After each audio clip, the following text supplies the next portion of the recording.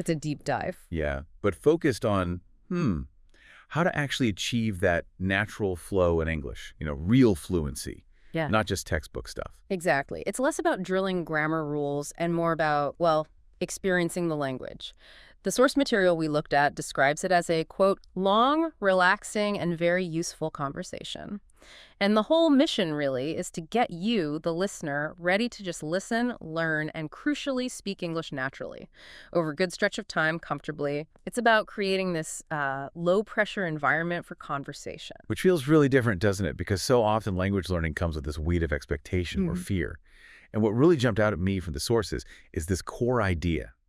You genuinely don't need to worry. Don't worry about mistakes. Don't worry about your accent. Don't even worry about how fast or slow you're speaking. Right, and that's huge. It really is. It tackles that self-consciousness head on, the kind that can just freeze you up, Absolutely. And there's a solid psychological reason behind that. When you take away that pressure, that fear of being judged or making a mistake, well, it frees up so much mental energy. Linguists talk about the affective filter, right? That emotional barrier.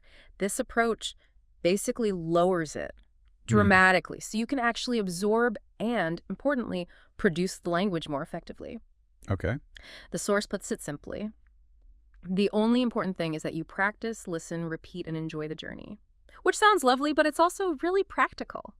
It taps into that desire we all have for progress, for those aha moments. Yeah. But without the usual overwhelm or performance anxiety, it's about building confidence from the inside out. So let's actually do what the source suggests for getting started. It invites you, the listener, to kind of settle in. So maybe take a deep breath with us now. Seriously, just inhale and exhale. And maybe grab a cup of tea or coffee or just some water. Whatever makes you feel comfortable. Find a good spot to sit. Or, hey, even lie down if you want. The point is making this your time. It seems simple, but setting the stage like this is actually really important. It helps create that feeling the source emphasizes. Your time, your space to practice English without any pressure. Right. And the source also promises the speaker will talk clearly and slowly so you can understand every word. That deliberate pacing combined with you feeling relaxed physically, it just primes your brain for taking things in. And be receptive. Exactly. You're open and ready to engage, not just passively hear sounds. It lays the groundwork. The core philosophy, cultivating confidence through conversational immersion. Okay, let's unpack this core philosophy a bit more, because it really is quite different. One of the ideas that honestly seemed a bit strange at first was this. Talking to yourself in English. The source says it's actually one of the best ways to learn a language, which, might sound a little quirky. It might. But when you dig into why, it makes perfect sense from a language acquisition perspective. Think about it. Talking to yourself, it completely removes the anxiety of external judgment. Because no one's listening. Exactly. There's no audience, no fear of making a fool of yourself. It's the ultimate safe space for practice. You're essentially rehearsing internally, building what you might call mental fluency. Mental fluency, I like that. Yeah, you're letting your brain form thoughts, string sentences together in English without that immediate pressure to perform for someone else. It's like building up an internal English muscle, strengthening those neural pathways for spontaneous speaking. So it's a practical strategy, even if it feels a bit odd initially. Totally practical. Yeah. Especially for solo learners. It bridges that gap between understanding lots of English and actually being able to speak it confidently. It's like practicing output without needing someone else there. Okay. And linked to that, there's a big emphasis on repetition in the source material. It often prompts you, repeat after me whenever you like, or just listen and absorb the words. Now, is this just like rote memorization, parrot fashion repeating? Not really, no. It's more nuanced than that. It's a combination of active repetition and passive absorption. And that mix is how we actually make vocabulary and sentence structures stick, make them feel natural. Right. Not just crammed in. Exactly. It's not about memorizing lists. It's closer to how we naturally acquire language. Think about principles like spaced repetition, seeing things again over time, or retrieval practice, actively pulling the information out yourself. When you hear a phrase, maybe repeat it out loud if you feel up to it, or even just really listen to it.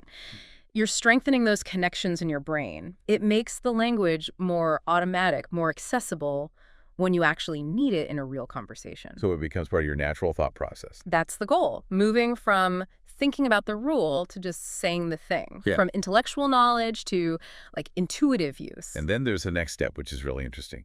It moves from listening and reading internally to something more active. The source says, sometimes I will ask you questions that you can answer out loud, even if you're alone, which feels like a key transition. It absolutely is. And it addresses a really common hurdle. Lots of people can understand English pretty well. Yeah, passive understanding. Right. But producing it, speaking spontaneously, that's often the sticking point.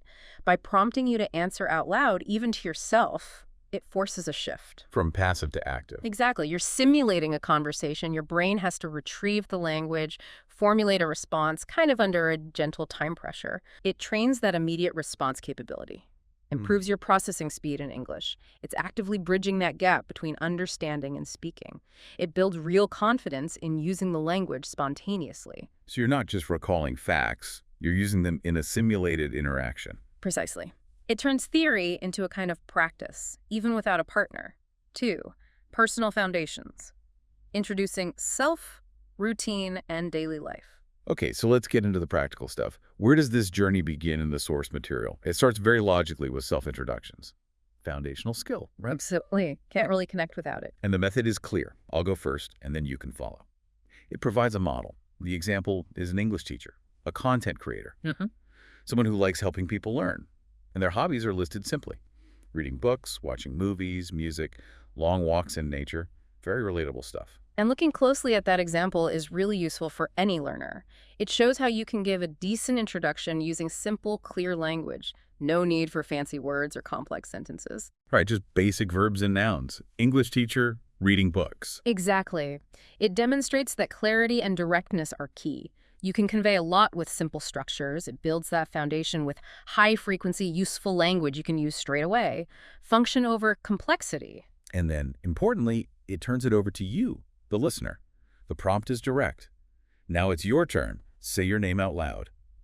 Then, great. Now tell me about yourself. What do you like to do in your free time? Asking specific questions. And crucially, the instruction that follows is core to the whole philosophy. Don't worry about grammar or pronunciation. Just try to express yourself. Letting go of perfectionism. Completely. It shifts the focus onto communication itself, not linguistic accuracy, especially at the start. And it even gives you sentence patterns to adapt, like, my name is your name. I like hobby 1 and hobby 2. Templates. Yeah, simple templates you can customize immediately. It provides examples. My name is Alex. I like reading books and watching movies. In my free time, I like to cook. It shows how basic sentences can carry real personal information. It's about getting started, building momentum. And I noticed the source gives immediate positive feedback, like, excellent, you're doing a great job. Followed by, remember, the more you speak, the more confident you will become. Which feels like a deliberate encouragement loop. It is. It taps into basic learning psychology. Yeah. That little win, managing to say something simple in English, it's motivating. Right, it makes you want to try again. Exactly. It creates a positive feedback cycle. You speak a bit, feel a bit more confidence. You speak a bit more, gain more fluency, feel even more confident. A virtuous cycle. Precisely. Each small success fuels the next one. It builds that internal sense of, hey, I can actually do this. Early wins are vital. Okay, so after introductions, the deep dive moves on to daily routines. The rhythm of life. Again, the teacher models at first, very detailed.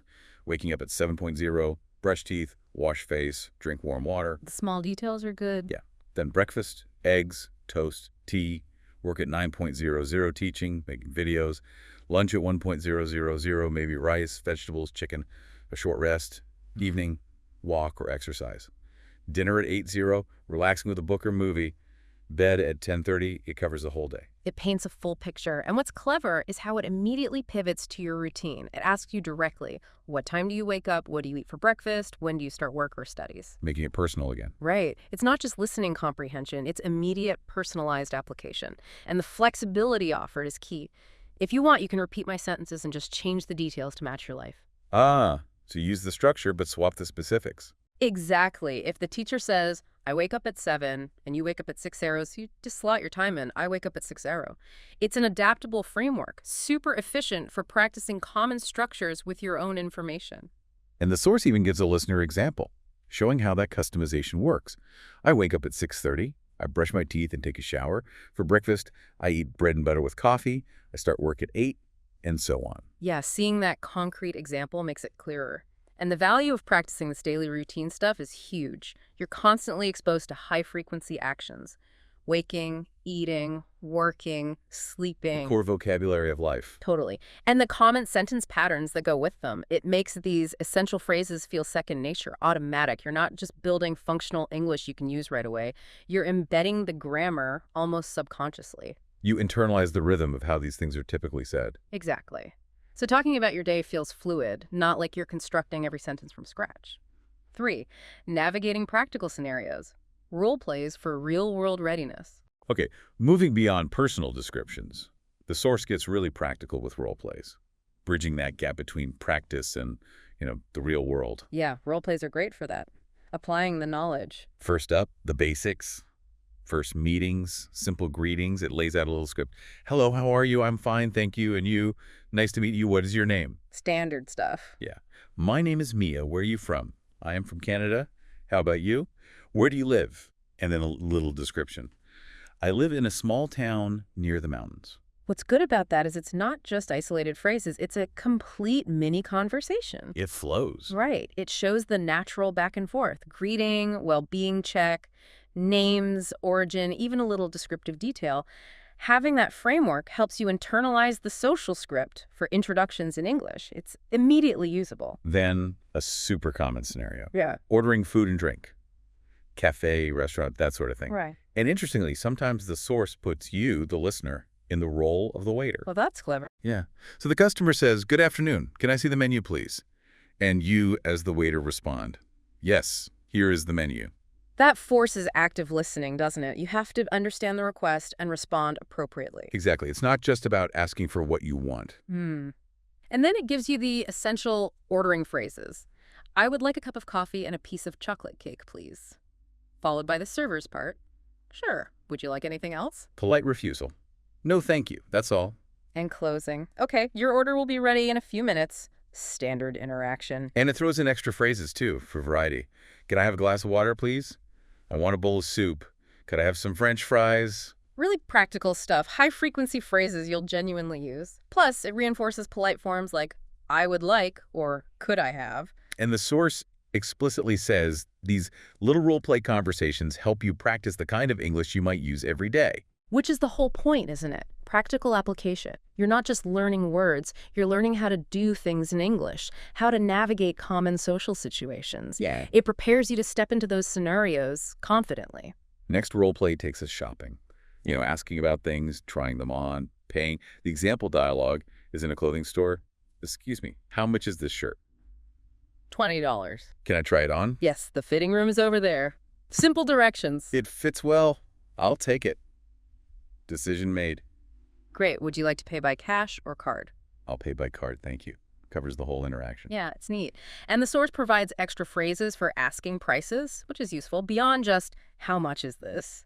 Yeah, you get variations like, what's the price of this bag? Or how much do these shoes cost? Gives you options. Right. And then it adds slightly more advanced, but very practical questions, like asking about sales or discounts. Is this on sale? Do you have any discounts? Even, can you give me a discount? Right. Which shows progression from basic questions to, well, maybe a little negotiation. Builds confidence for those real-world interactions. Yeah, definitely. And covers common responses about fitting rooms and payment. And the last big scenario here is asking for and giving directions. Classic situation when you're somewhere new. The setup is simple. You're lost. Excuse me, can you tell me where the bus station is? Polite inquiry. And the answer is clear and concise. Sure, go straight, then turn left. It's next to the bank. Simple instructions. Followed by, thank you very much. Essential politeness. And why are these simple direction phrases so important? Because they're fundamental for navigating space using language. The source gives a good list. Go straight, turn left, turn right. Basic commands. Yeah. And then prepositions of place. It's near the park, it's next to the bank, it's opposite the school, behind the restaurant, in front of the cinema. Those prepositions can be tricky. They can. So practicing them in this context is really helpful. It builds confidence for both asking and giving directions. It empowers you to move around independently. Helps you guide a taxi or help someone else who's lost. 4. Expanding descriptive powers, painting pictures with words. Okay, shifting focus a bit now. The deep dive really encourages you to develop your descriptive skills. Painting pictures with words. It starts with a really immediate prompt. Look around you right now. What do you see? Ah, connecting language to the immediate environment. Very effective. Yeah, it forces you to observe and translate instantly. And the examples given are simple but concrete. I see a table, a chair, a laptop, and a cup of tea. There's also a window and some books on the shelf. Basic objects. Exactly. As the source says, it's a good way to build your vocabulary and practice speaking without needing to make long sentences. You're just naming things, describing basic spatial relationships. It strengthens that direct link between the English word and the physical thing. Describing your immediate reality. Right here, right now. You could easily extend that too, adding colors or textures. I see a wooden table. My chair feels soft. Then it moves on to action verbs. The doing words, the engines of sentences, really. Less common ones. Eat, drink, go, watch, read, listen, like cook, study, sleep. All high-frequency core verbs. And it shows them in context. I eat breakfast at 7:00, I drink tea every morning, I go to work at 9, and so on, covering daily actions. Practicing these verbs in full sentences is absolutely fundamental for fluency. These are the actions that make up our lives. And by learning them in context, you're also picking up the prepositions, time expressions, and nouns that naturally go with them. Like eat breakfast at 7:00, listen to music, go to work. Precisely. You're building the grammatical structures around the verbs. It makes sentence formation feel more natural, more intuitive. It's knowing how to use the word, not just knowing the word itself. That's the key difference, yeah. Moving towards automatic usage. Now here's a topic that's brilliant for everyday interaction. Talking about the weather. Ah, the universal icebreaker. Exactly. The source highlights this. One of the easiest and most common topics. People love to talk about the weather, especially when they don't know what else to talk about. It's polite and friendly. It absolutely is, a social lubricant. And the source provides a good range of descriptive weather vocabulary to handle most situations. It's a sunny day today, sky is clear and blue, or it's very hot outside, I need a cold drink. Covers rain too. It's raining a lot. Don't forget your umbrella. Clouds. It's cloudy and cool. Might rain soon. Cold and snow. It's very cold today, wearing my warm jacket. It's snowing, streets are covered.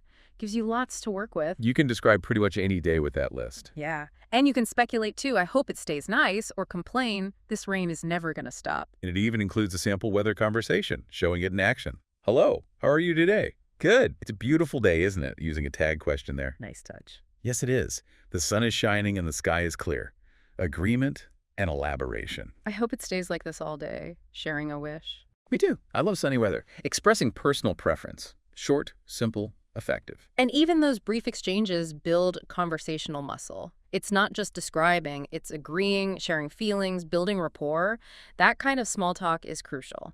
And having words like hot, cold, cloudy, sunny, windy, stormy, foggy, snowy lets you engage with nuance. You can go beyond just saying it's nice or it's bad. Exactly. You can say how it makes you feel or what you'll do because of it. It's so sunny, I think I'll go for a walk later. Connects it to your life. The descriptive practice then expands to people and objects, adding more detail. For objects, the examples are specific. This bag is very heavy. That chair is made of wood. My phone is black and slim. Relatable descriptions. This room is small but clean. My shoes are old and dirty. That table is big and round, using common adjectives. And then it smoothly transitions to describing people, which is obviously very useful. Well, she's tall and thin, he has short hair, he's wearing a red shirt. Basic physical attributes and clothing. Also includes state or appearance. She is smiling. He looks tired. She is very friendly. And the really smart part is inviting you to describe yourself. Right. I have long hair. I am wearing jeans and a t-shirt. I have brown eyes. That makes it immediately personal and relevant. You're grounding the adjectives in your own reality. Makes them stick. You're describing yourself right now. Yeah. Your clothes, your features, you could easily add more detail. I'm wearing dark blue jeans and a comfortable t-shirt. Adding nuance. V. Engaging with personal interests and social connection. Okay, this next section really emphasizes language for connection and what connects people more than food. True. Universal language. The source explores favorite foods using the teacher's examples. Right. Pizza, with specifics like extra cheese, tomatoes, olives. Pasta, fried rice, grilled chicken, salads, and dessert. Chocolate cake, ice cream. Provides a good range of food vocabulary right there. Dishes, ingredients. And then, crucially, it turns it back to you, the listener. How do you talk about your food preferences? Yeah, it gives examples designed for personalization. I like pizza. I love eating noodles. My favorite food is biryani. I enjoy chocolate cake. Covers drinks too. I like drinking cold coffee. And habits. I eat fresh fruits every morning. The focus is squarely on your likes, your habits. Genuine expression makes it much more engaging. Food is such a rich topic, isn't it? Culture, memory, daily life. Endless conversation potential. You can talk about cooking, restaurants, different cuisines. And it smartly revisits the practical skill of ordering in a restaurant, reinforcing it with another dialogue. Good evening. Welcome. Can I take your order, please? Yes, I would like a chicken sandwich and a glass of orange juice, please. Specific order. Would you like anything else? No, thank you. That's all. Okay, your order will be ready in a few minutes. Repetition builds mastery. Definitely. And it also branches out into talking about healthy eating habits, which is another relevant everyday topic. Sentences like, I drink 8 glasses of water every day. I eat fresh fruits and vegetables. I avoid junk food. Basic health advice, framed as personal habits. Yeah. I sleep for 8 hours at night.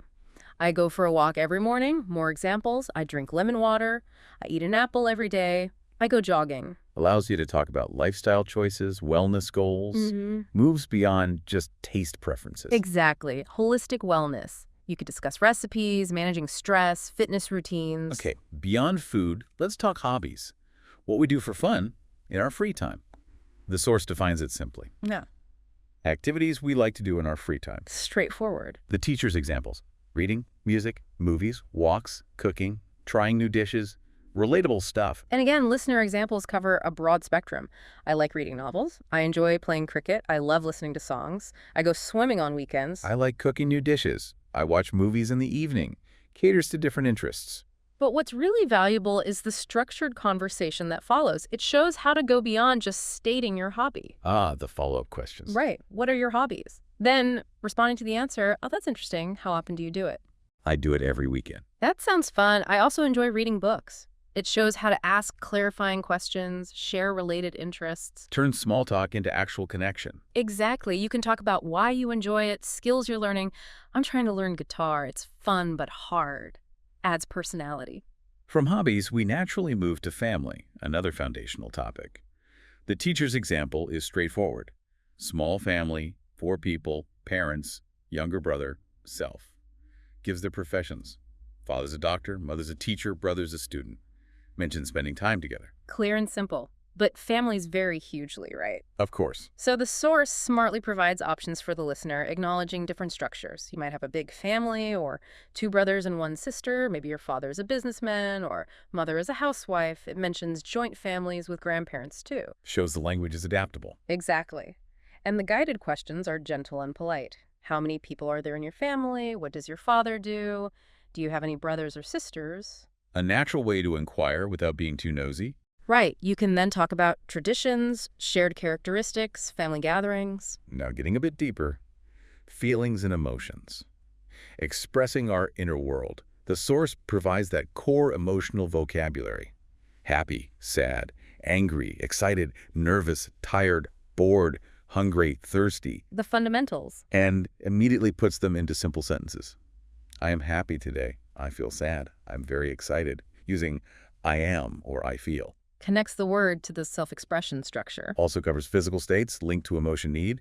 I am hungry, let's eat something. I am thirsty, I need water. Practical needs. The sample conversation is simple too. How are you feeling today? Then, importantly, asking why. Why are you happy? That's wonderful. I hope you stay happy. Supportive response. And then it goes further, exploring the reasons behind feelings. That's a key step. I feel happy when I listen to music. I feel good when I visit friends. I'm excited when I watch football. Nervous before an interview. Adds complexity and nuance. Links feelings to situations or triggers. Exactly. It shows how you can articulate the why behind your emotions, even with basic vocabulary. You could also talk about intensity. I'm a little tired versus I'm completely exhausted. And rounding out this personal expression section, likes and dislikes. Defining our tastes. The examples cover a good range. Food. I like ice cream. Don't like bitter vegetables. Entertainment. Love listening to music. Don't enjoy scary movies. Activities. Like going for long walks. Don't like getting up early. Varied preferences. And again, listener options acknowledge individuality. I like chocolate, don't like spicy food, love playing football, dislike noisy places, enjoy swimming, hate waking up early. Uses different verbs, too, like love, enjoy, dislike, hate. Mhm. Shows degrees of preference. Right. And the conversation structure encourages elaboration. What do you like to do? Is there anything you don't like? And crucially, why don't you like it? Again, pushing for the why. Yeah. Moving beyond just stating a preference to explaining the reason. That's where conversations get interesting. It adds depth and personality. You could use softer phrases, too, like, I'm not keen on, or stronger ones I can't stand, depending on the Yes, feeling. exactly. More tools for nuanced expression. 6. Navigating the world. Time, seasons, places, and practicalities. Okay, let's broaden the scope now to navigating the world around us. Starting with time, absolutely essential. It reviews the basics. What time is it? And answers, it's 5:00:807. It's 10 minutes past 8, though 10 past 8 is more common. Minor point, yeah. But the core is there. And crucially, it immediately connects telling time to talking about routines and plans. Asking, what time do you wake up? What time do you go to work? When do you have lunch? Shows the practical application. It's not just knowing how to read a clock. Right. It's using time language functionally to discuss schedules.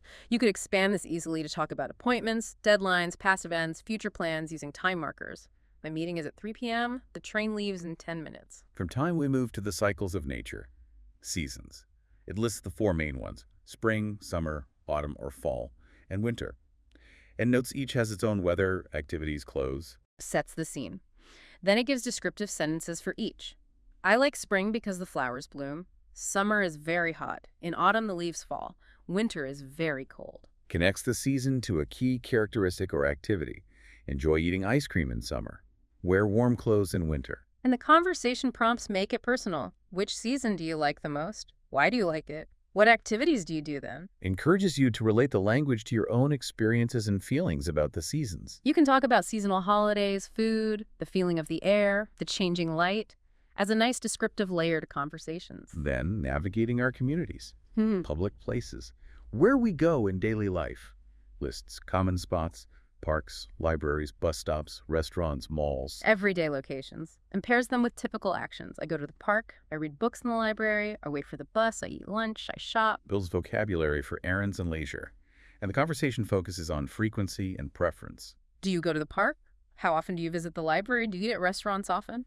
Helps you talk about your habits and how you interact with your local environment. You could describe why you like a place, too.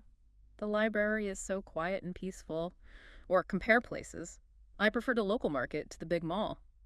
Travel is next always a great topic. Exploring new places. The teacher shares preferences: beaches, sand, waves, and mountains, forests, fresh air, views, feeling relaxed. Sets a personal tone. Then it offers ways for you to talk about your travels. Examples. I went to the beach last summer. I visited my grandparents in the village. I went to another city for a wedding, using the past tense. Covers different types of trips and transport. Travel by train, stayed in a hotel. And the conversation asks about preferences. Where do you like to travel? Past experiences, when did you last travel? And future hopes. I hope you get to travel again soon. But then it goes further into planning travel. This is really useful. Definitely. Key phrases for planning. I am planning a trip. I will travel by. I will stay in. I will go sightseeing. I want to visit. I want to try new food.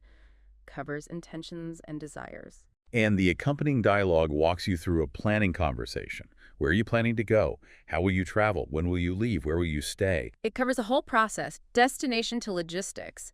A complete toolkit for talking about future trips. Okay, shifting to people again. Jobs and professions. Understanding roles, common conversation topic. List jobs with simple descriptions. Doctor, treats sick. Teacher, teaches students. Driver, drives vehicles. Farmer, grows crops. Businessman, runs business. Chef cooks food, engineer builds things, police officer keeps cities safe. Basic roles. And then it moves to personal connection, aspirations, and job satisfaction. Right. Expressing future goals. I want to be a doctor, teacher, pilot. And talking about current work. What do you do? Do you like your job? What do you like most about it? Connects the vocabulary to personal experience, feelings about work, daily tasks, challenges, enjoyment. Much richer than just stating a job title. Shopping comes up again, but expanded. Acknowledging different habits. The teacher's example includes weekend shopping, buying specific things, groceries, clothes, books, visiting supermarkets, but also shopping online, and enjoying comparing prices. Reflects modern habits. And listener options are varied. I love shopping. I go shopping on Sundays. I buy fruits from the market. I shop for clothes during sales. Enjoy shopping for gifts. And the conversation explores preferences. Where do you go shopping? What do you usually buy? And the big one, do you like online shopping? With options for yes, I do, or no, I prefer visiting the market.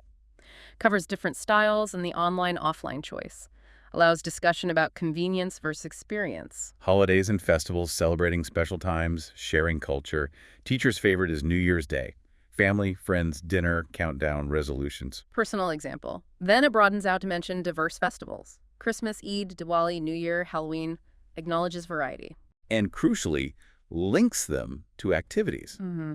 Decorating gifts, new clothes, visiting relatives, special food, lighting lamps, fireworks, staying up late, resolutions, costumes, specific vocabulary for celebrations. Really useful. And the conversation guides you. Which festival do you enjoy the most? How do you celebrate it? With friends or family? Prompts personal sharing about traditions and joy. Basic time organization. Days of the week, month of the year, lists them.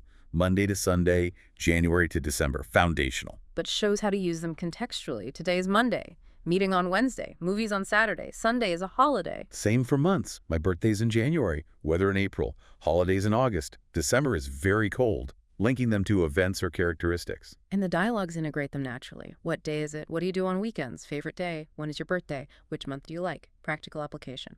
Colors adding vibrancy to descriptions. Lists the basics. Red, blue, yellow, green, black, white, pink, orange, brown, purple. And shows usage. My favorite color is blue, like wearing black clothes. This flower is red, sky is blue, bananas are yellow. Simple descriptive sentences. Conversation is straightforward. What's your favorite color? Why do you like it? Expressing preference. You could easily expand on the why, linking colors to feelings or objects. I like blue because it reminds me of the ocean. Transportation, getting around. Essential vocabulary. Lists modes. Car, bus, train, bicycle, airplane, boat, motorcycle. And sentences showing use. I go to school by bus. Travel to other cities by train. Like riding a bicycle. Never traveled by airplane. Enjoy boat rides. Covers different experiences and preferences. Conversation focuses on habits and experience. How do you go to work, school? Have you ever traveled by plane? Opens the door to discussing pros and cons of different methods, public transport in your city, etc. Sports, common ground for many social interactions. Lists popular ones. Cricket, football, basketball, tennis, badminton, swimming, running. And sentences for discussing engagement. I love playing cricket. Favorite sport is football. Watch basketball on TV. Play tennis with my friend. Go swimming every Sunday. Covers playing, watching, favorites. Conversation probes deeper. Which sport do you like most? Do you play it or just watch? Who is your favorite player? Allows for more detailed discussion about teams, athletes, rules, the excitement of games, health benefits. And finally in this section, clothing. What we wear. Lists items. Shirt, trousers, jeans, skirt, t-shirt, jacket, sweater, dress, common garments. Sentences demonstrate usage. I am wearing a blue shirt. She is wearing a red dress, bought a new jacket, wearing a sweater because it's cold. Describing current attire or purchases. Conversation is immediate. What are you wearing today? What's your favorite dress? Connects to personal style and current situation. You could expand to talk about clothes for different occasions, seasons, fashion, materials. 7. Advanced communication skills. Planning and interacting. Okay, let's move into skills that are slightly more complex, but still very much part of everyday life. First, making plans. Organizing social stuff. The source gives key phrases for scheduling. Are you free this weekend? Do you want to go out for coffee? Making suggestions. Let's meet at the mall. Negotiating time and place. What time should we meet? Where should we go? Responding. I'm busy on Saturday. How about Sunday? Essential toolkit. And the simulated dialogue shows the whole process. Yeah, it's really practical. Hey, do you want to go to the park tomorrow? Invitation. Answer. Then what time should we meet? Logistics. Answer. Then let's meet at 5 p.m. Proposal. Great. See you then. Confirmation. It covers the full cycle. You could practice polite ways to decline, too, or suggest alternatives. Makes the skill more robust. Next, making phone calls. Still essential, despite texting. The source provides common phone phrases, covering the whole call flow. Starting. Hello, may I speak to John? Identifying yourself. Hi, this is Mia. Opening pleasantries. How are you? Stating purpose. I'm calling to talk about our meeting. Managing availability. Can you call me back later? Handling wrong numbers. Sorry, I think you have the wrong number. Closing. Thank you for calling. Goodbye. Covers many bases. And the short conversation example puts it together. Hello, is this Sarah? Yes, speaking. Hi, this is Mia. How are you? I was wondering if we are still meeting today. Checking plans. Yes, at 6 p.m. Confirmation. Great. See you then. Bye. Shows a typical brief, informal call objective achieved. You could add phrases for bad connection or leaving voicemails for even more practical skill. And finally, a really versatile topic, favorite things. A great way to personalize any conversation. The source lists lots of categories: color, actor, singer, food, place, sport, movie. Broad appeal. And gives concrete examples. My favorite color is blue. My favorite actor is Tom Cruise. Favorite singer, Taylor Swift, etc. Makes it tangible. Why is talking about favorites so effective conversationally? Because it's inherently personal and open-ended, it invites sharing and connection. The simple questions, what's your favorite food? Who is your favorite actor? What's your favorite color? Are easy ways to move beyond basic facts into preferences, opinions, and memories. Allows for genuine connection. Exactly. And you can always elaborate on the why. My favorite place is the beach because I find the sound of the waves so relaxing. That explanation adds depth and personality, makes the conversation stick. Outro. Wow. Okay, that was quite a journey through conversational English, wasn't it? We've really covered a huge amount of ground today in this deep dive. From those first steps of saying hello and talking about your day, through navigating everyday situations like ordering coffee or asking for directions, Right, all the way yeah. to sharing feelings, hobbies, planning trips, talking about work, even just your favorite color. This source material really maps out a methodical path to building conversational confidence across so many common topics. It really does. And if you look at the big picture, this whole approach, it kind of demystifies language learning, I think. It breaks down this complex skill into these manageable, enjoyable, and crucially repeatable exercises. Yeah, the repeatability seems key. Totally. It demonstrates that consistent practice, especially in that low-pressure, relaxed way, really is the path to natural fluency. And remember that core message from the source. Practice makes perfect. Keep repeating these sentences and you will get better every day. It's not just memorizing. Not at all. It's about internalizing, developing that comfort, that confidence so you can use the language spontaneously, making it part of your natural way of thinking and speaking. So as you continue on your own journey with English fluency, here's maybe a final thought to take away from our deep dive today. Something to chew on. Think about how many small moments in your everyday life could actually become mini practice sessions. Your own personal, no-pressure English moments. Yeah. What common activity, maybe thinking about your shopping list, describing the weather to yourself, even just narrating what you're doing as you cook dinner? What dishes we actually like to cook? Oh, yeah, that's a good one. Do we have a garden? Whether Americans can easily understand other English accents, that's interesting. What book we've enjoyed recently. And even how kids learn to spell in school, so it really is an extension of this chat. And here's like the really key point. This bonus conversation, it's not going up on YouTube publicly, not anywhere else. Nope. It's exclusive, only for people who download the worksheet. So to get it, you just click the link in the description, below this video or wherever you're listening. Pop in your name and email. And boom, the PDF worksheet lands right in your inbox. And inside that PDF, there's a link. That's what unlocks the bonus conversation, just for you. It's just a way to kind of keep exploring these interesting questions, right? And get even more insight into daily life and learning. Exactly. Keep the conversation going. Totally. And like a little bonus on top of the bonus. Oh, yeah. Once you sign up for this free PDF, you're set. You don't need to sign up ever again for my free PDF worksheets. Well, that's handy. Yeah. I'll just automatically send you the worksheet for every new deep dive, every new lesson I put out, straight to your email every week. Sign up once, get them week after week. Yep. It's just a simple way to keep getting those extra resources. It's really my gift to you for being part of this community. So it's designed to help you keep learning, keep engaging, beyond just this main discussion. Absolutely. So get ready. We have a lot to unpack from your questions. Okay. Let's start with one that might seem a bit mundane on the surface anyway, but it actually reveals quite a bit about daily logistics planning. Okay, let's unpack this. So our first question, it comes from Sergey. He's one of our Fearless Fluency Club students. Ah, great. Hi, Sergey. Sergey asks, how often do you go to the grocery store and how do you get there? Public transportation or just a car? Thanks in advance, Sergey. Thanks, Sergey. That's actually a great place to start. It kind of anchors us in the practical, the reality of everyday life. How often do we find ourselves pushing that cart down the aisle?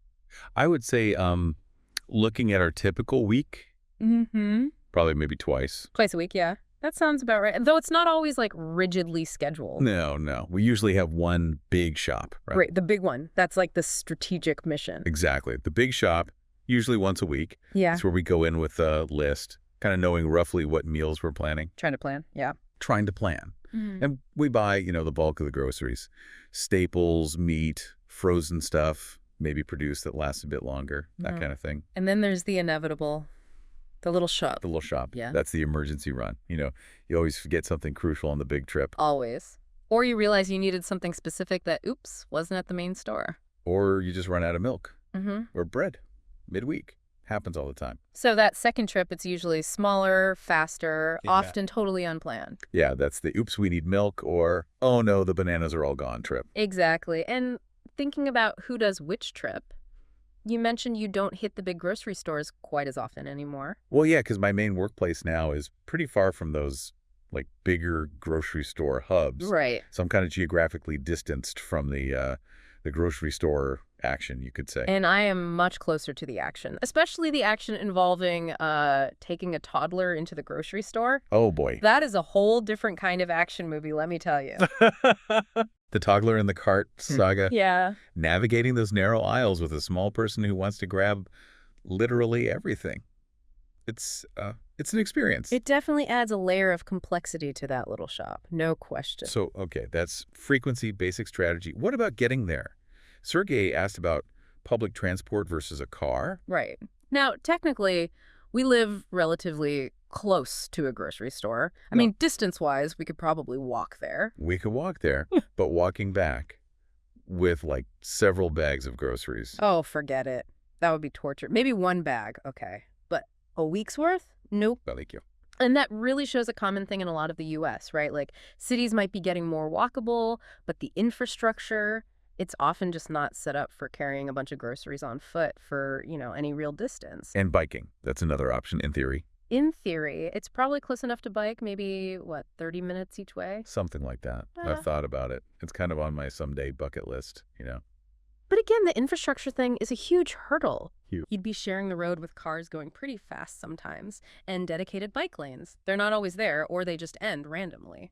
So that 5-minute drive suddenly becomes, what, an hour-plus round trip by bike before you even step inside the store. Exactly. And that's not even counting trying to haul groceries back on a bike. You need special bags, maybe a trailer. Adds cost, complexity. And then there's the kids factor. You can't just easily strap young kids onto a bike for a grocery run. No. So if you want a bike, you have to find a specific time when the other parent is home to watch the kids. Which, with our schedules, finding that dedicated chunk of time, it's a big investment. An hour just for transit plus shopping. So, despite maybe wanting to be more active or more eco-friendly, this sheer convenience, the logistical necessity, Yeah. especially with young kids and buying in bulk. Driving just wins out, almost always. Yeah. It's a 5-minute car ride versus like an hour-plus bike mission or a completely impossible walk. It really shows how those small daily tasks get dictated by convenience, time, the way things are built around us. Yeah. Location, lifestyle, they often override other preferences just for pure efficiency. Totally. Oh. Now, speaking of where we shop, we mostly go to a store called Trader Joe's. Ah, yes. Trader Joe's. I know I talk about it a lot, but it's really a place that has, I don't know. They have absolutely mastered the art of the grocery store experience. That's what it is. They really have. If you're ever visiting the U.S., honestly, I'd say just pop into a Trader Joe's, even just to buy a few snacks. It's worth checking out. Why? What's special? The people who work there are just consistently so nice. It's not like typical U.S. customer service, is it? It feels very intentional. Yes. Uh-huh. Totally intentional. If you actually want to have a spontaneous, genuinely pleasant chat with a stranger working there, Trader Joe's is your spot. They'll ask you things, right? Like, Oh, yeah. Oh, how's your day going? Doing anything fun this afternoon? Hey, have you ever tried this before? Oh, where are you from? They actually engage with you. and like you said, that's not by accident. It's baked into their marketing, their whole strategy. And you know what? It works. Clearly. It totally works. I always leave feeling just a little bit better. They've got these, good vibes. Everyone wears Hawaiian shirts. It's part of the whole charm. It's fascinating as a business model, isn't it? They're not just selling you bananas and pasta. They're selling a feeling, a little micro-community interaction. Yeah. And that's so different from just the purely transactional feel you get in a lot of other stores. It kind of turns a chore into something slightly enjoyable. It's a smart way to stand out, build loyalty. Mhm. Shows how even in the most routine stuff, there's room for, human connection and a deliberately created atmosphere. That's a really good point. So, Sergey, that's our deep dive on grocery runs. The frequency, the strategy, the transport stuff dictated by convenience, and even those little cultural bits about customer service. Yeah, it's a good example. Even a simple question can unpack deeper patterns about daily life. Absolutely.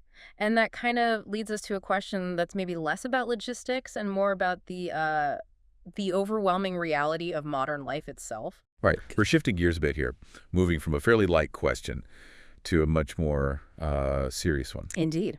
This next one, it came in different forms from several listeners, actually. Carmen, Masako, Don Grimm, and Tracy. Right. They all ask variations on that theme of how do you possibly do it all? Yeah.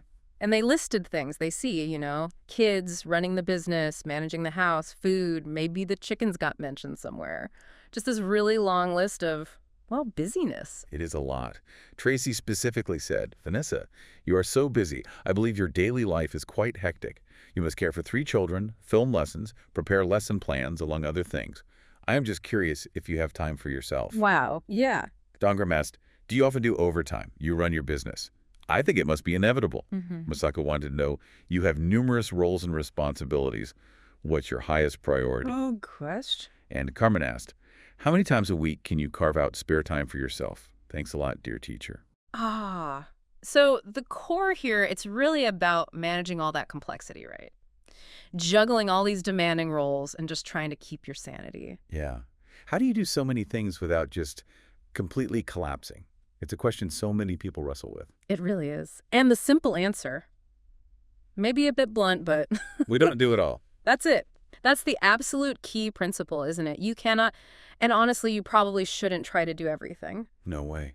You have to make choices, often really hard choices. Yeah. You have to pick and choose a lot of things. It demands this kind of radical prioritization. Yeah. For me personally, that's meant consciously cutting out hobbies I used to enjoy. Things that were fun, but, didn't directly contribute to the family or my core responsibilities right now in this phase of life. Like video games. Exactly. Used to love them. But I've got pretty much a 0 video game policy now. Wow. Not because they're bad, but they're a huge time sink, and they just don't line up with our current priorities. It means being, like you said before, a lot more selfless right now. Especially with 3 young kids. Which, yes, makes life undeniably hectic. Hectic is the word. It truly is. And a massive part of managing that hecticness, like you pointed out, is having a strong partnership. Absolutely crucial. Having that good relationship, good communication. Mm-hmm. It lets you share the load. Now, in the past, my role was different. I wasn't working a, traditional job outside the home. Right, you handle a huge amount of the child care, the household stuff. And I was working for your business, too, essentially. Yeah, which took a massive load off me at that time. You were arguably busier with the business side back then. Yeah, the burden kind of shifts, doesn't it? And then we went through this very conscious transition phase. We did. We restructured our lives, our finances, our work setups. So that I could take a job outside the home, and you could actually reduce your direct workload by, importantly, hiring more people to support the business. Which highlights another key principle. Building a support system. Learning to delegate. Oh, absolutely essential. A business like Speak English with Vanessa, or really any complex project, any household, it doesn't run because one person does everything perfectly. No way. It runs because there's a team. Exactly. You have to depend on other people, and that's not always obvious from the outside, is it? No. When you, the listener, see the final product, maybe it's a finished lesson or this deep dive or even just, a homemade dinner on the table every night. Right. You don't see all the layers of support behind it. It's like the invisible infrastructure. For instance, you hear this podcast. Hopefully the audio sounds smooth. Hopefully. But you don't see our editor, David, skillfully taking out, the lawnmower noise that started up earlier. Oh, If yeah. I had to do that myself, trying to edit audio precisely with 3 kids running around, the quality would suffer, or it just wouldn't get done. It wouldn't be possible. And it's smart to recognize you're not the best at everything. I'm certainly not. Me neither. Knowing where other people have skills, like Kevin editing videos, Elsa handling emails, Amber helping with lessons, that's crucial. Delegation isn't just about pushing tasks off. No, it's about leveraging skills, using the right person for the right job. Exactly. And this whole behind-the-scenes idea, it applies to home life, too. Like you said, the appearance of homemade dinners every night. Yeah. That's the polished result. Right. The reality behind that, it's significant planning, organization, effort. Like me making dinner today at, what, 1 p.m.? Yeah, all that chopping, the prepping, just planning out what it would be when it needed to happen. That's the work that makes the final product seem easy. It takes foresight, organization, but man, it smooths things out so much in the evening when things are usually craziest. So, okay, summing up those core strategies. Radical prioritization, saying no to stuff. Yep. Building a strong partnership and support system, delegation, teamwork, and just significant behind-the-scenes organization. Right. Then on a more personal level, there's that mindset tip you try to apply, Yeah. though you admit it's not always easy. Not always successful. Take it with a grain of salt. But yeah, it's trying to cultivate mindful presence. Trying to be 100% in whatever you're doing at that moment. Yeah. Like when I'm gardening with the kids, I try really hard not to be thinking about the next YouTube video I need to film. And when you're in the office brainstorming, try not to worry about what's for dinner. Exactly. I consciously try to just focus on the task right in front of me. And this is especially important when I'm with my children. The goal isn't just about ticking off boxes or being productive. It's about being present with them. Yes, because multitasking, it's usually less efficient anyway. Oh yeah, studies show that. Yeah, You end up doing 5 things poorly instead of 1 thing well, and feeling stressed. totally. So I try my best to just, sit in the sandbox and be in the sandbox. And Mark? Or play a game and just play the game without constantly checking my email or letting my mind race ahead to the next thing on the giant to-do list. That's a practice, though, not Cool. perfection. Oh, absolutely a practice. I don't do it perfectly, but it's kind of my goal. Yeah. And that practice of focusing, bringing your attention fully to one thing, it really is a powerful tool against feeling scattered and, well, hectic. Yeah, when your brain feels like it's juggling 500 things, of course you feel overwhelmed. Right. So it's about noticing those moments, even the small ones, when you do have a chance to just be calm. Maybe you're going for a walk or planting something, reading a story. And consciously choosing to embrace that moment instead of letting your mind drag you back into the task cycle. Yeah. Just embrace it. Be there. Now, there's one final really crucial piece we need to mention here, which is the space and flexibility required to actually do some of these things. Oh, absolutely. We are very fortunate. We have a career structure that allows for a degree of flexibility that, frankly, many people just don't have. It's a privilege. Let's be clear about that. Definitely a privilege. So many people work traditional 9-to-5 jobs, maybe with mandatory overtime, in really rigid structures. They don't have the option to just shift their workday to make dinner at 1 p.m. Or coordinate schedules easily for a workout across the street. Or delegate professional tasks in the same way. Our situation, while it's still demanding, it is structured so we can build our own schedules, at least to some extent. And that flexibility is a massive advantage in managing everything. It really is. And it's interesting to see this whole trend being discussed more widely now, right? The desire for more flexible work, working from home, moving away from that old school presenteeism. Yeah, I'm really curious to see how that evolves. There seems to be a definite push, especially from the younger generation coming into the workforce. They seem less willing to just accept that traditional corporate grind, Yeah. They prioritize flexibility, work-life balance more. It creates this really interesting tension, doesn't it, between the old models and these new expectations. There's going to be a lot of give and take as society figures out how to make it work. For sure, it's definitely a complex issue.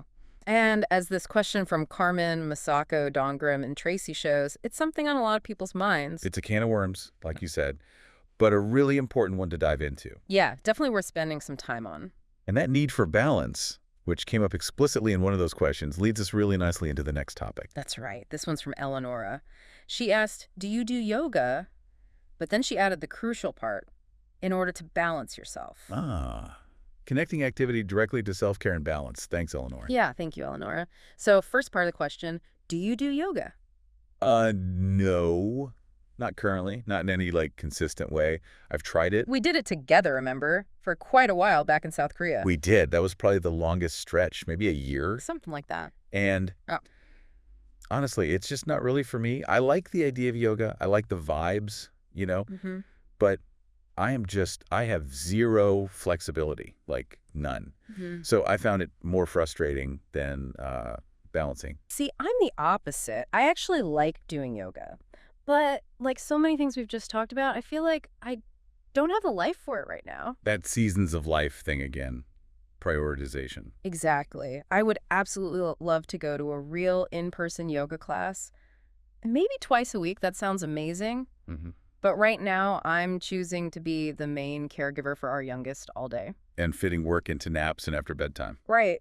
And we could hire help. We have the financial means to get a nanny or put her in daycare part-time so I could go to a class. But that adds another whole layer of coordination, scheduling, organizing. To an already pretty complex life. Yeah. So my current choice is just to lean into the season, prioritize the caregiving, work when I can, and find other ways to build balance. So the yoga dream isn't dead, it's just deferred. Exactly. Deferred, not abandoned. When she's older, maybe in school, a couple years perhaps, then absolutely, I'll be looking for those classes. You have a place in mind, right? I do. There's a local place, Asheville Community Yoga, that I really love the feel of. It's a nonprofit. And the cool thing is, all the teachers are volunteers. Wow. Yeah. That just blows my mind. People giving their time and skill just out of generosity. It creates this really wonderful giving atmosphere. I'd love to be part of that community regularly someday. That really highlights the social side, the community aspect of exercise Yeah. and self-care. That can be just as important as the physical part. It really can. But okay, for right now, for exercise, we've actually kind of stumbled into what feels like the perfect setup for this particular season. Fortune has landed upon our laps, as they say. It really has, in the form of a neighbor. A neighbor, yeah. Our new neighbor happens to be a personal trainer, Lindsay. She's wonderful. Some of you in the Fearless Fluency Club might remember her. She joined us for a chat back in February. And she's got us pumping iron, lifting weights. She has. And the best part, she lives right across the street. That is key. Reducing that friction we talked about, making it easy. So easy. I go over to her house twice a week to lift weights, and you go separately twice a week. We have to stagger it because someone needs to be home with the kids. It's the handoff routine. You come home from work, I say bye, final, walk across the street. Next day, my turn. And lifting weights. Honestly, that's something I would never have started consistently on my own. I wouldn't know what to do, how to do it safely. So Lindsay provides the structure, the knowledge. And the accountability. It's pretty hard to skip your workout when your trainer lives literally across the street and can see your house. True. And it's social too, right? You get to chat with her, you like her as a person. Totally. And she knows your stuff. How to program workouts, how to do the moves right so you don't get hurt. It's just ideal because I just show up, she tells me what to do, she's made the plan. It's right there. The barrier to entry is incredibly low compared to, say, driving across town to a gym. Oh, massively lower. That convenience factor is just huge when you're trying to stick to a routine in a busy life. Minimizes the excuses. And lifting weights, it's obviously different from yoga, but it still offers huge benefits. Strength, bone density, metabolism. It's a different kind of intentional movement, right? Engaging your body, focusing it. Intentional movement. Yeah, that's a good way to put it. Connecting with your body, even if it's through lifting heavy things instead of stretching. Now, Eleanor's question specifically linked yoga to balance. And while lifting weights is maybe less focused on the mindfulness and breathing side. Like yoga often is. Right. The need for balance goes beyond just physical exercise, doesn't it? No, absolutely. Balance includes physical, sure, but also mental, emotional, even social well-being. Yoga often hits that mindfulness piece, which is huge for mental balance. And that is an area where we, and I think maybe a lot of Americans generally, kind of struggle. You think? Yeah, we're very, very go. Always moving, always doing, always feeling that pressure to be productive. There's just not much cultural emphasis on slowing down. No, the culture tends to reward constant activity, not stillness. Exactly. So while we're not doing formal yoga or meditating consistently every single day, we are actively trying our best to build in moments of mindfulness, moments of just slowing down. What does that look like practically? It could be super simple, like just noticing your breathing for 5 minutes, or just checking in, how am I feeling right now, physically, emotionally. So integrating those little moments of self-awareness into the day. Recognizing that balance isn't just about juggling tasks. It's also about managing your internal state. Yeah. And we've even tried to bring this to our kids. which is a whole other adventure. The stillness It's a practice. stillness practice. It's our noble experiment. Before bed, we try to sit on the couch, put on some quiet, meditative type music. Like light a candle? Light a candle, and everyone just sits quietly and stares into the flame for maybe 5 minutes or until the song's done. The idea being to help everyone, especially the kids, calm down, transition towards sleep. That's the idea. It doesn't always work. Sometimes it dissolves into giggles or wiggles. Definitely doesn't work perfectly every time. But even for moments within that 5 minutes, I see them and I feel myself taking deeper breaths, kind of releasing tension. Even if it's just for 30 seconds or a minute. Yeah. Practicing that ability to just be still and quiet, even briefly, feels valuable. And the kids seem to get it too, don't they? On some level. They do. When they actually manage the full 5 minutes, they are so proud of themselves, they'll announce it. We did it! 5 minutes! Like it's a major achievement. Because for them, it is hard, but they feel that sense of accomplishment. It shows even kids can recognize the difficulty and maybe the benefit of conscious calm. And this whole idea, teaching mindfulness, self-regulation, it's gaining ground, isn't it? Like in schools. Yeah, definitely. The alternative school you teach at does some of this, right? We do, yeah. Trying to incorporate it. I think it's getting more common, seeing yoga pop up in schools or teachers starting the day with just a few minutes of mindfulness exercises. And it makes sense. It helps the students focus, regulate their emotions, which certainly helps the teacher have a calmer, more centered classroom too. Absolutely. Better learning happens when kids feel regulated and present. Cognitive learning and emotional regulation are deeply linked. Totally. So, Eleanor, those are some of our ways of trying to find balance, physical activity that fits this phase of life, conscious efforts to build in mindfulness and stillness, even in small ways, for us and the kids. They're tools, right? Not perfect solutions, just Yeah. different tools in the toolbox to help navigate the hecticness and feel a bit more grounded. Exactly. And they really underline how balance isn't static, it's dynamic. You adapt to the season you're in, use the tools you have available to support your body and mind. Well said. All right. Switching gears just a little bit, but still talking about fitting things into a busy life. This next question is actually specifically for me. Oh boy. Okay. My turn to just listen. You get to just listen. This one comes from Camila, another student in the Fearless Fluency Club. Yeah. She asks, how do you fit learning French into your daily life? Thank you, Camila. That's a question so many language learners face, isn't it? The practical challenge. How do you stay consistent when life is demanding? It really is the core challenge. My approach, Camila, is kind of twofold. One, I try to be really realistic about what I can actually commit to right now. And two, I prioritize making it enjoyable. Realistic and enjoyable. Okay. So what I feel capable of doing consistently in this current season, and honestly what I most want to do, is actively speak the language with someone. So a very clear output-focused goal. Yes, that means right now I'm not focused on massively increasing my vocabulary using flashcards or something, or spending hours watching French movies. You're not a big movie person anyway, right? Not really in any language, but, watching movies is a great method for lots of people. Totally valid, just doesn't fit my priorities or capacity right now. What does fit is talking. So how do you make that happen? Structure it. I commit to one French lesson a week. Just one. It's about 30 minutes long. I pay a French teacher. She's a lovely woman from France, and we just talk on video chat. What do you talk about? Just life. She guides the conversation, mostly. She knows a bit about my life, our family, so she'll ask follow-up stuff like, oh, last week you mentioned you were doing X. How did that go? Sometimes we get into deeper things, philosophize a bit, whatever comes up naturally. So it's real organic communication. Exactly. And she's amazing, a wonderful conversationalist, asks great questions. And the crucial part, Camila, is just like working out with Lindsay across the street. You just have to show up. I just have to show up. I don't have to plan the lesson. I don't have to prepare anything specific. It dramatically lowers the friction. Yeah, that makes sense. The rest of my life feels like it's filled with planning, organizing, being responsible for other people. For those 30 minutes, my only job is to show up and speak French. And you're still learning in the process. Oh, definitely. I learn because she'll gently correct mistakes or suggest a better way to say something, maybe type new words in the chat.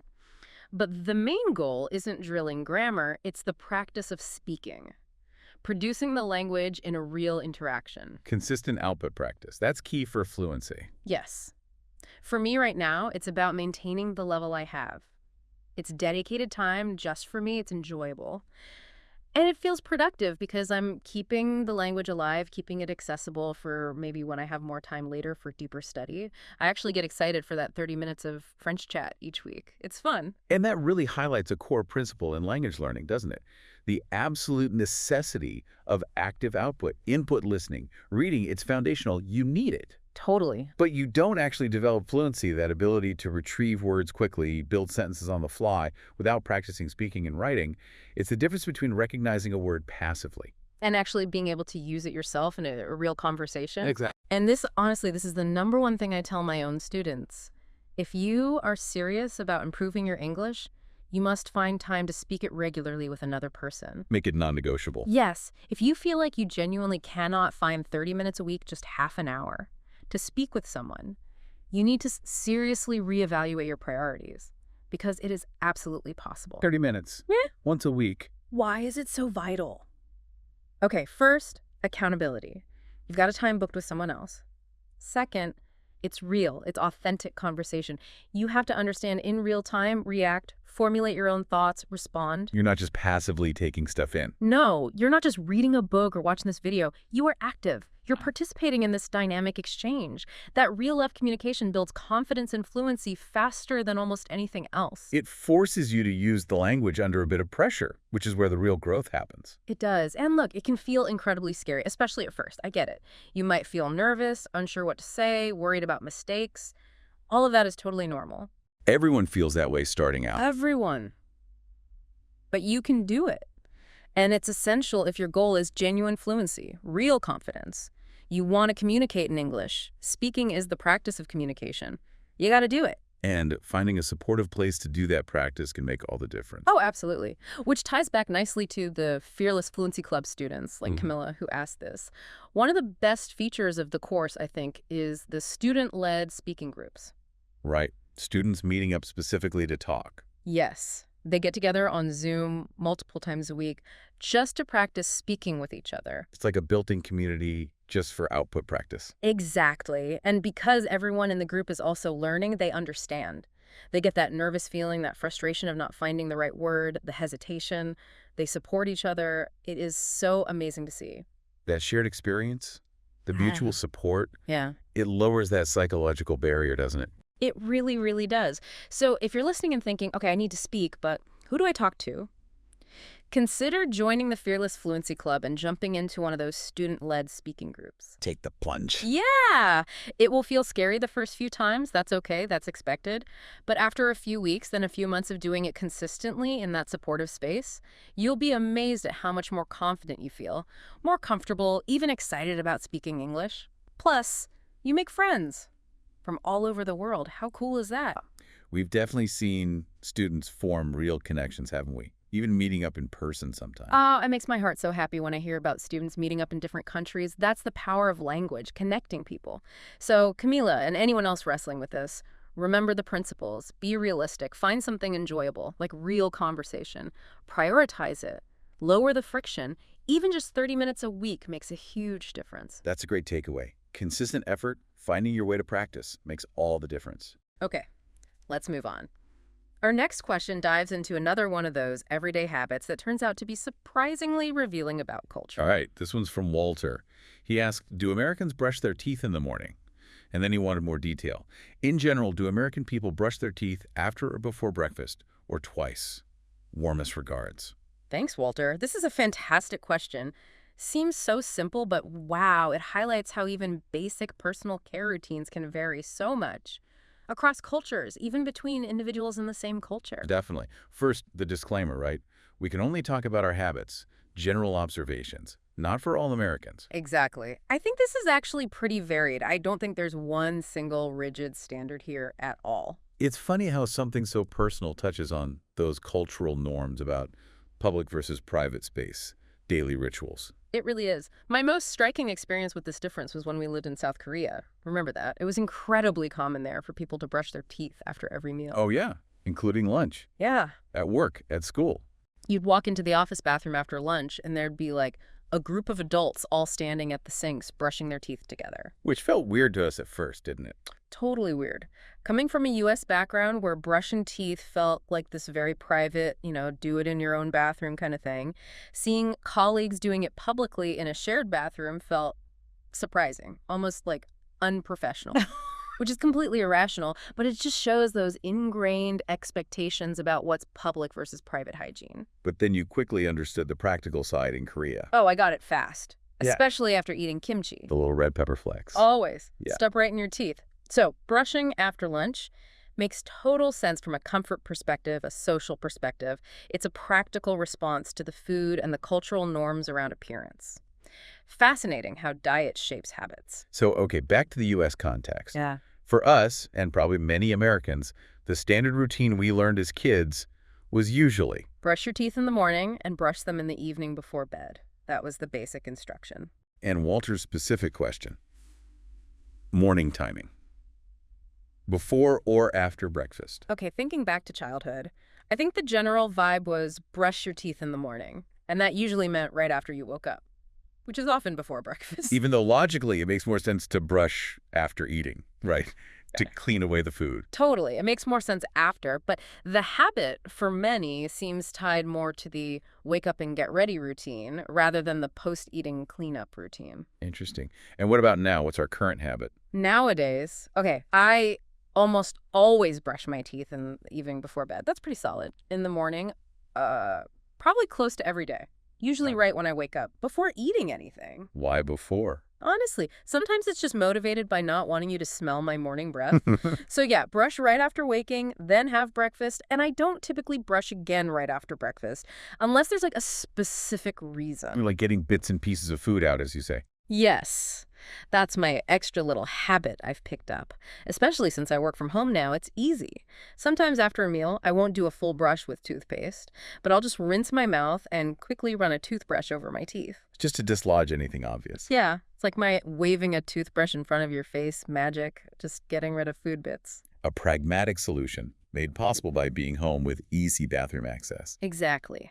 If I were working in a formal office, I probably wouldn't be doing that midday toothbrush wave. So see, even my own habits change based on my environment and routine. So based on general observation, what's commonly taught, the standard American practice, if there is one, is probably brushing after waking up, often before breakfast, and then again before going to bed. Yeah, that feels like the most common frequency and timing, morning and night. But again, not universal. Some people only brush once. Some always brush after breakfast. Some use mouthwash like crazy. It's quite personal. It really speaks to how, even with recommended best practices for dental hygiene, what people actually do often comes down to childhood habits, personal preference, lifestyle, culture. All those factors mixed together. Definitely. So, hey, if you're an American listening to this, let us know in the comments. We're genuinely curious. Do you brush in the morning, before or after breakfast, twice? Are you like a dental hygiene superhero? Tell us. All right, Walter, hope that little peek into our habits and some general thoughts helped answer your question. It really does show, doesn't it? What seems like a totally universal daily act can have all these surprising cultural variations. Indeed. Okay, now for our final question in this main deep dive. Yeah. Before we remind everyone about that bonus conversation, this one takes us into the realm of personal taste, emotion. Yes. This is from Usra Rare Moon on YouTube. And the question is, what is a song you can listen to and never be bored? Thank you, Usra Rare Moon. This is a fun one to end on. Never be bored. Wow, that's a high bar. A song that always engages you no matter how many times you've heard it. Okay, I have a couple. One is maybe a bit cliche, but I think for good reason. Can you guess? A song you never get bored of. You? No idea. Hit me. Bohemian Rhapsody by Queen. Ah, okay. Yes.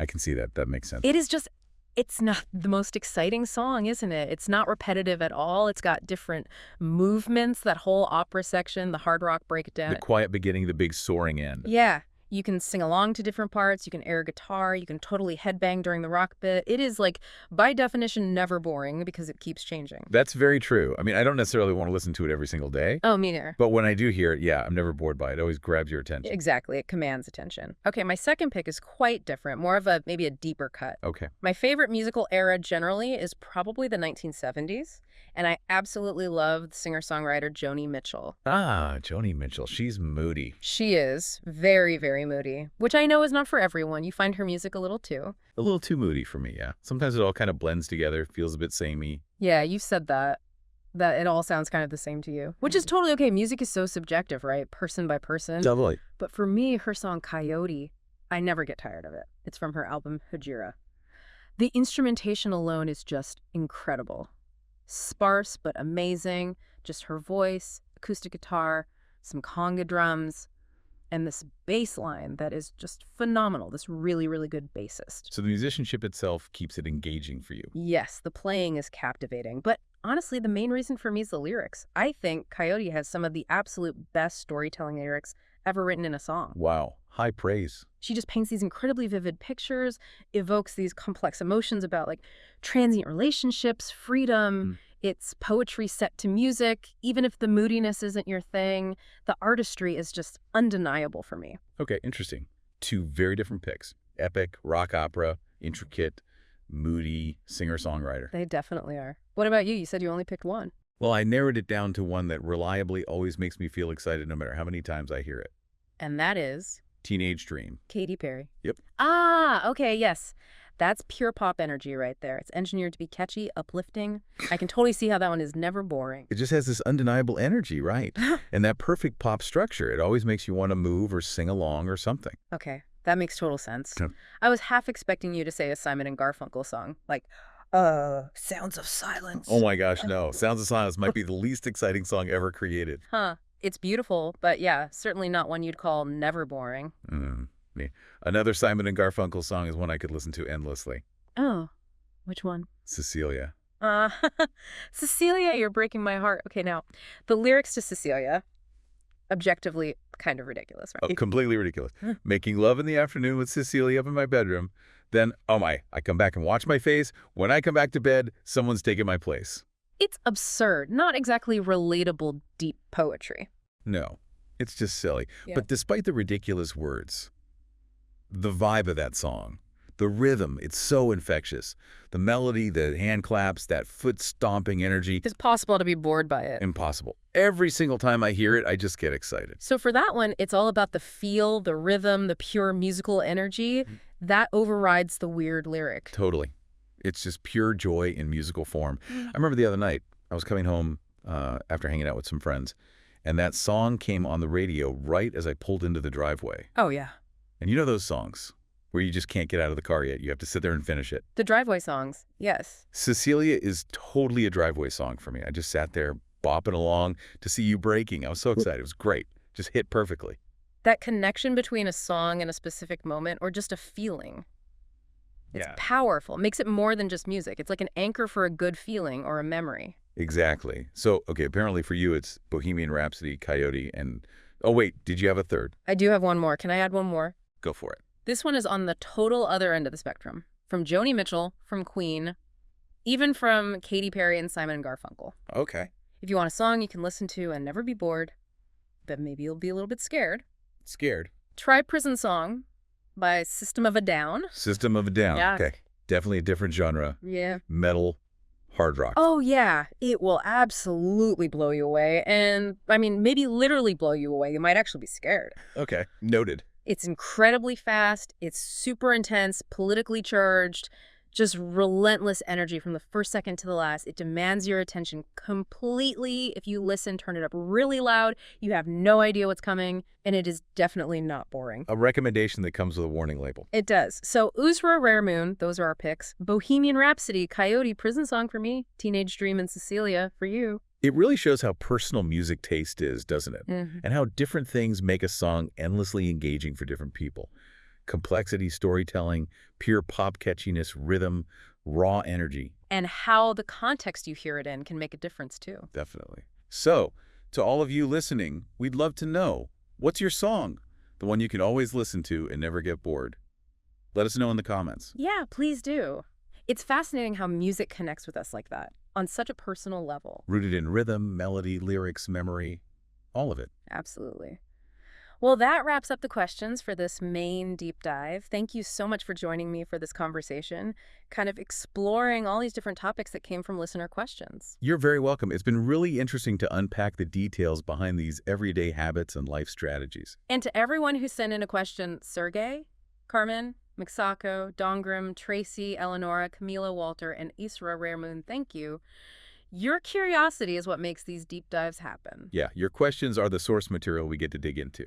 Now, as I mentioned way back at the beginning, we do have that bonus conversation lesson related to this deep dive. Right, where we tackle even more of your questions. Yeah, digging into stuff like cooking, gardening, accents, books, how kids learn spelling, lots of good stuff. And the crucial reminder, this bonus conversation is not available publicly on YouTube. It's exclusive, only for folks who download the free PDF worksheet. Yes, we're actually about to record that right after we finish this, so the only way to unlock it, the only way to access it, is by downloading that free PDF. So how do they do that again? Super simple. Just click the link that's in the description right below this video or wherever you're listening right now. But it's a link. It'll take you to a page. Just enter your name and email address there. Okay.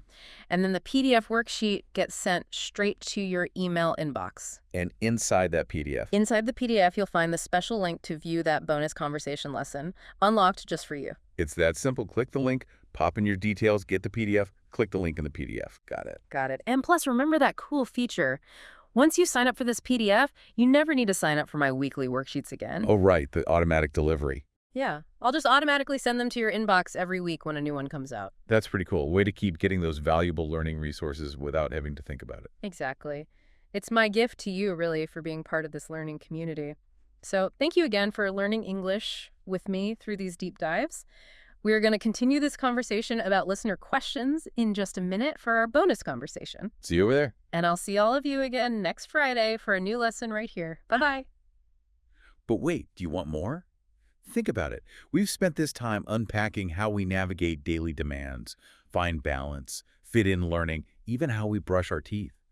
A lot of it comes down to adapting to circumstances, relying on others, right? Mm-hmm.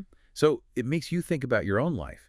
How much of your daily routine is just a result of convenience? Mm-hmm. Or cultural habits you never questioned? Or maybe just the influence of the people around you? Yeah, that's a good point. And if you took some of those principles we talked about, like radical prioritization, building support, that mindful presence thing, finding low-friction ways to practice things, what's one small adjustment you could make in your own life, maybe starting today? Something that might bring you just a little more focus or a deeper connection, or maybe just carve out 5 minutes to really enjoy a song you love. Good food for thought. And hey, if you're looking for another deep dive right now, I actually recommend watching this video next. Oh yeah, what's that one about? You'll listen to another natural conversation, this time diving into the topic of education, including that question that always gets people curious. Why did Dan not go to school until he was a teenager? Ooh, intriguing. Well, you'll just have to watch that video to find out.